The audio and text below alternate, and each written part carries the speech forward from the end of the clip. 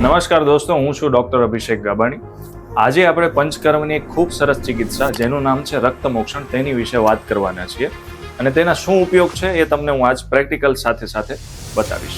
વર્લ્ડના first સર્જન એટલે કે આચાર્ય સુશ્રુત, જેમણે પોતાની સુશ્રુત સંહિતામાં રક્તમોક્ષણ વિશે ખૂબ જ સરસ માહિતી આપી છે અને આ માહિતીમાં એમ કીધું છે કે રક્તમોક્ષણ એ અર્ધ ચિકિત્સા છે.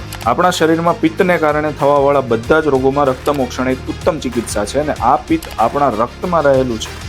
આ રક્તમોક્ષણ પિત્તને શરીરની બહાર કાઢવાની શ્રેષ્ઠ ચિકિત્સા છે. રક્તમોક્ષણથી લોહીના તમામ પ્રકારના વિકારો દૂર થાય છે, જેમ કે શીળસ, ખરજવું, ધાધર અને સોરાયસિસ જેવા મોટા રોગો, અને સાથે આચાર્ય ચરકે બતાવેલા 18 પ્રકારના કુષ્ઠનું પણ નિવારણ રક્તમોક્ષણથી થાય છે. અન્ય રોગોમાં જોવા જઈએ તો ગાઉટ, બોડીમાં થતા ઇન્ફ્લામેશન અને સાયટિકા માટે તો આ ઉત્તમ પરિણામ સાબિત થાય છે.